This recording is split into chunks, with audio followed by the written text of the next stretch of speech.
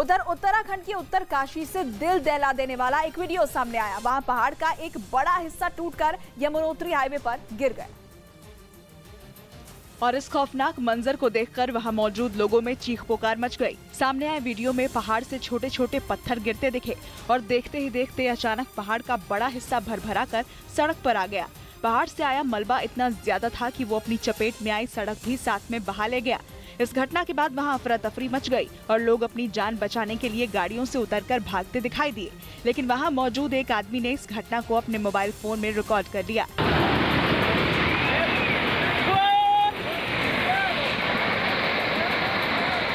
पहाड़ टूटने की वजह से गंगोत्री यमुनोत्री हाईवे पूरी तरह बंद हो गया और वहां लंबा जाम लग गया, जिसमें हजारों की संख्या में यात्री फंस गए।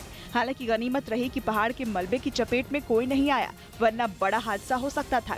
घटना की जानकारी मिलने के बाद मौके पर प्रशासन की टीम पहुंच गई। इसके बाद खुदाई करने वाली मशीन से पहाड़ के मलबे को हटाने का काम शुरू किया गया।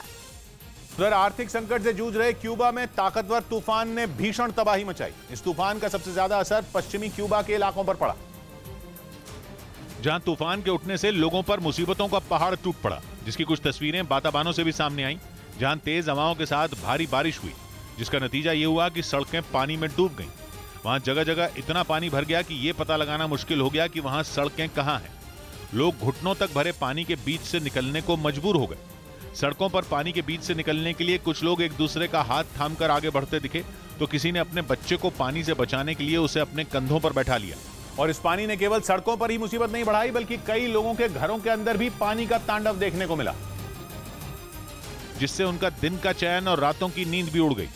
सामने आई तस्वीरों में दिखा कि मकानों में पानी घुसने से लोगों का भारी नुकसान हुआ। उनके घरों में फर्श दिखना तो जैसे बंद ही हो गया।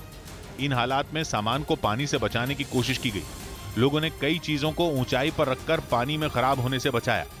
इस ताकतवर तूफान से क्यूबा की राजधानी हवाना भी नहीं बच पाई।